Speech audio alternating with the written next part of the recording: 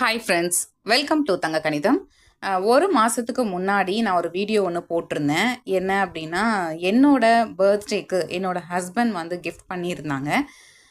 அவங்க வந்து பர்த்டே கிஃப்டாக என்ன கொடுத்துருந்தாங்க அப்படின்னா, 3 விதமான ரோஜா செடி, அதுக்கப்புறம் வந்து கீரை எல்லாம் பயிரிடுறதுக்கு அது தகுந்த மாதிரியான ஒரு ட்ரீ. ஓகேவா?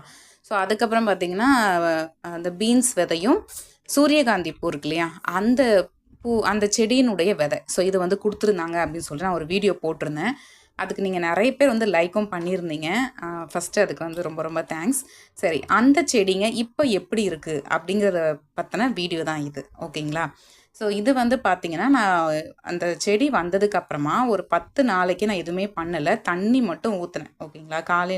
காலையில் வந்து தண்ணி ஊற்றினேன். இந்த தண்ணி இப்போ நார்மலாக நம்ம தண்ணி ஊற்றுறது, அதுக்கப்புறம் பார்த்திங்கன்னா அந்த அரிசி கழுவின தண்ணி, பருப்பு கழுவின தண்ணி, அதுக்கப்புறம் இந்த உரக்கலவையிலேருந்து நம்ம தண்ணி ரிலீஸ் ஆகிருக்கும் இல்லையா, ஸோ அதை வந்து கொஞ்சம் தண்ணியில் மிக்ஸ் பண்ணி கொடுக்கறது. ஸோ இந்த மாதிரி மட்டும்தான் பண்ணிகிட்டு இருந்தேன். வேறு எதுவும் அதுக்கு நான் ஸ்பெஷலாக பண்ணலை.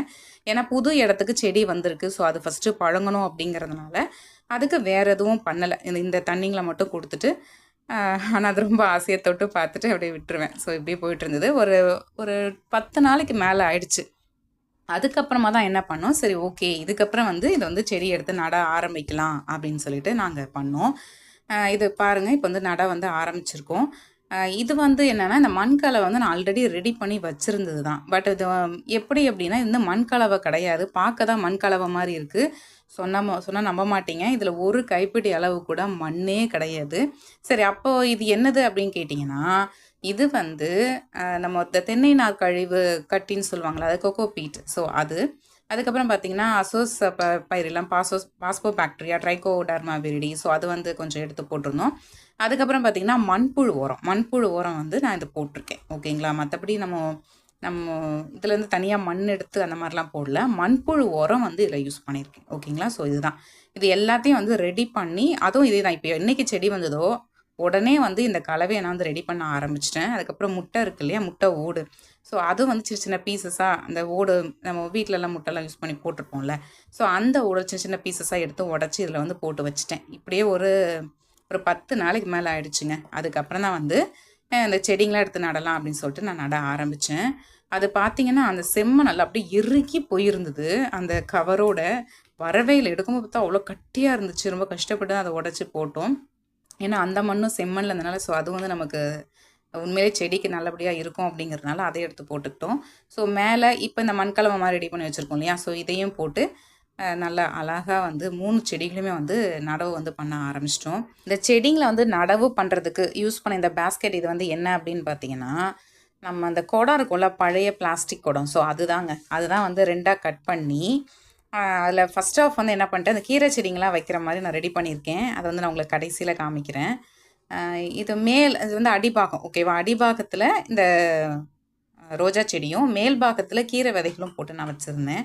ஸோ இதுதான் பாருங்கள், அழகாக வந்து இது வந்து 2வது செடி. ஏற்கனவே ஒரு செடி நம்ம நடவு பண்ணிட்டோம். இது வந்து 2வது செடி. இதுக்கு பக்கத்தில் ஒரு ட்ரே இருக்குது பார்த்தீங்களா, ஸோ இதுதான் வந்து என் ஹஸ்பண்ட் வந்து கிஃப்டாக கொடுத்த ட்ரே. ஸோ அதில் தான் வந்து கீரை விதை வந்து நான் போட்டு வச்சுருந்தேன். ஸோ அதுவும் வந்து நான் ஒரு அறுவடை பண்ணிட்டேன். இன்னும் கொஞ்சம் இருக்குது கீரை, அதுக்கு சின்னதாக முளைச்சிருக்கு. அதை நான் உங்களுக்கு லாஸ்ட்டாக வந்து உங்களுக்கு காமிக்கிறேன். ஓகேவா? ஸோ அதுதாங்க, இப்போ வந்து 2வது செடியும் வந்து நாம் நடவு பண்ணிட்டோம். இந்த கிஃப்டாக அவங்க கொடுத்ததில் பார்த்தீங்கன்னா, அந்த பீன்ஸ் விதையும், அதுக்கப்புறம் சூரியகாந்தி பூ இருக்குல்ல, அந்த செடியினுடைய விதையும் வந்து நான் இன்னும் விதைக்கலை. ஏன்னா இது ஆல்ரெடி வந்து வெயில் காலம் அப்படிங்கிறதுனால அதனுடைய முளைப்பு திறன் எப்படி இருக்கும்னு தெரியல. இது வரைக்கும் நான் அந்த 2 ரகம் நான் இன்னும் பயிரிட்டதும் கிடையாது. அதனால் அடுத்து கொஞ்சம் ஒரு மழை சீசன் வந்து ஆரம்பிக்கும் இல்லையா, ஒரு ஜூலை ஆகஸ்ட் அந்த மாதிரி டைமில் நம்ம அதை பயிரிடலாம் அப்படின்ட்டு நான் வந்து தனியாக பத்திரமா அழகாக ஒரு கவர் போட்டு எடுத்து வச்சுருக்கிறேன்.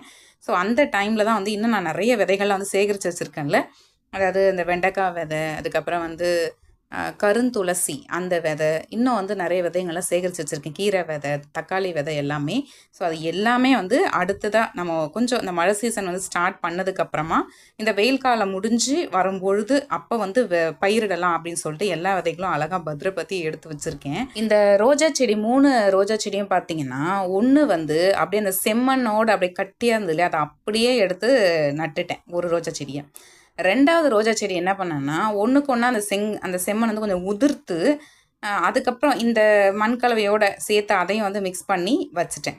3வது செடி என்ன பண்ணோன்னா, சுத்தமாக அந்த எல்லா செம்மண்ணையும் ஃபுல்லாகவே ஊற்றுட்டு அந்த வேரோட இங்கே உள்ளே வச்சுட்டு செம்மண் கலவையை மேலே அப்படியே பரவலாக எல்லாத்துக்கும் அப்படியே மிக்ஸ் பண்ணி தூவி விட்டாச்சு. எதுக்காகனா இது வரைக்கும் நான் ரோஜா செடி வச்சதே இல்லை. உங்களுக்கே தெரியும் கார்டனே வந்து இப்போ தான் ஸ்டார்ட் பண்ணியிருக்கோம் அப்படின்ட்டு. ஸோ சுத்தமாக நோ ஐடியா. அதனால் 3 செடியும் 3 விதமாக நட்டு வச்சேன். சரி ஒன்றும் இல்லைனா ஒன்றாவது நல்லபடியாக தப்பிச்சு வராதா அப்படின்ட்டு கொஞ்சம் ரொம்ப என்ன தெரியல, ரொம்ப பயபக்தியாக ஏன்னா கிஃப்டாக கொடுத்தது இல்லையா, அதனால் இது நல்லா அழகாக வளர்த்திட்டு கொண்டு வரணும்னு ரொம்ப ஆசையாக இருந்துச்சு. அதனால் ரொம்ப பயபக்தியாக பார்த்து அழகாக நட்டு வச்சாச்சு. உண்மையிலேங்க அது வர்ற வரைக்குமே ரொம்ப ஆர்வமாக இருந்துச்சு எப்படி வருது அப்படின்னு பார்க்கணும் அப்படின்னு சொல்லிட்டு. ஸோ இதுதான் வந்து 3வது ரோஜா செடி கட் பண்ணிகிட்ருக்கேன் பாருங்கள். ஸோ இதுதான் வந்து ஃபுல்லாகவே வந்து உதிர்த்து அதுக்கப்புறம் வந்து நடவு பண்ணேன். 3 விதமாக நடவு பண்ண இந்த 3 ரோஜா செடிங்களும் கொளுத்துற இந்த அக்னி நட்சத்திர வெயிலில் தப்பிச்சுதா, அது எப்படி இருக்குது, பூ பூத்துதா அப்படிங்கிறத பற்றி வாங்க பார்க்கலாம். இதில் பார்த்தீங்கன்னா இதில் வந்து ஃபஸ்ட்டு செடி பாருங்கள், நல்ல அழகான ஒரு கலரு, ஆரஞ்சு ரெட்டும் மிக்ஸ் பண்ண மாதிரி ஒரு கலரு. இது எனக்கு ரொம்ப பிடிச்சிருந்தது இந்த ரோஜா செடி. இது தாங்க நல்லா வேகமாக வருது உண்மையிலே. என்னென்னா இது வந்து ஒன்றுக்கு பாதியாக உதிர்த்தோன்னு சொன்னோம்ல, ஸோ அந்த செடி உண்மையிலே நல்லா வேகமாகவே வருது. நிறைய மொட்டுக்களும் எடுத்துருக்கு, நல்லா அழகாகவும் பூக்குது, நல்லா பச்சை பசேலும் இலைகளும் ரொம்ப நல்லா இருக்குது. அடுத்தது இங்கே இருக்குது பார்த்திங்கன்னா இந்த 2வது. ஸோ இந்த செடி வந்து என்ன அப்படின்னா இது வந்து நம்ம அப்படியே வச்சது, அதாவது அந்த மண் எதுவுமே உதிர்க்காமல் அப்படியே வச்சோம்ல கட்டியாக. ஸோ அந்த செடி. ஸோ இது வந்து பார்த்திங்கன்னா இதுவும் வந்து தப்பிச்சிடுச்சு.